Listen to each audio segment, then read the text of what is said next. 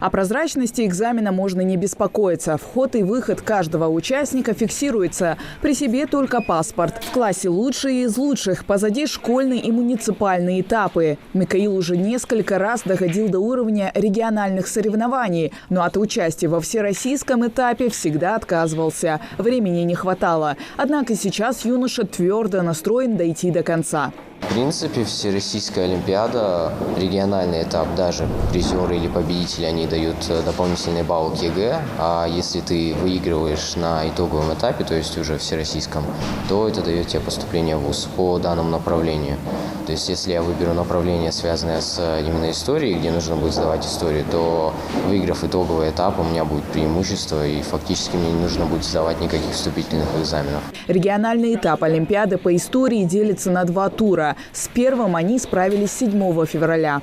В первом туре дети выбирали из 13 предложенных тему для эссе, а во второй части задания составляли проект по целой эпохе с помощью исторических документов. Эксперты оценивали, как грамотно дети используют исторические факты, термины, аргументируют свою и различные точки зрения по разным вопросам. Для победы девятиклассникам нужно 50 баллов, а ребятам постарше – 52. Что касается самих заданий второго тура, их всего 10, но уровень повышенный. Культура, быт, искусство, исторические деятели, разные эпохи. Хоть олимпийцы и готовились с начала учебного года, с трудностями при выполнении заданий все равно сталкиваются. Есть проблема с датами. Потому что почти все они одинаковые, и некоторые события, они бывают в одну дату. Поэтому бывает очень сложно запомнить эти даты и запомнить те события, которые произошли, связаны с этими датами. Поэтому для меня маленькая проблема с этими датами, а так все нормально.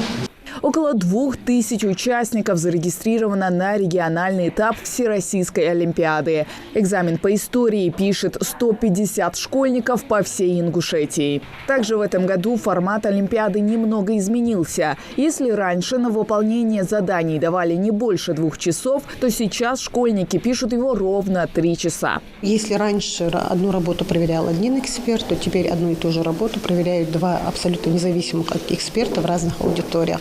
То есть 2 эксперта дают свою оценку той работе, которую написал ребенок. Но если, конечно же, у нас идет несовпадение в баллах, назначается 3-я экспертиза, то есть 3-й работник проводит проверку работы детей.